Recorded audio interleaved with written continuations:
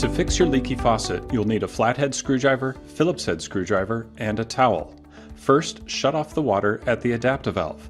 Turn on the faucet to remove any excess water.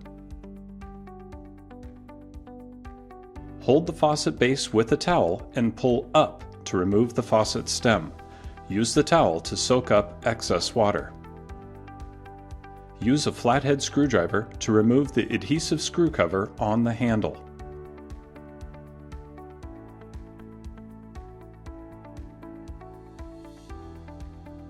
Carefully set the screw cover aside.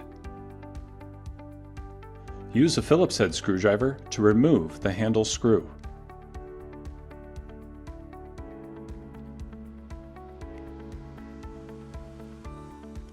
Carefully set the screw aside. Lift the handle up off the faucet valve body. Make note of its original position on the valve body. Note the gear teeth on the inside of the handle correspond to the gear teeth on the valve body.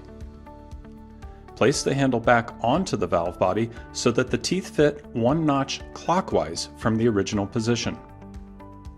Use the Phillips head screwdriver to reattach the handle to the valve body.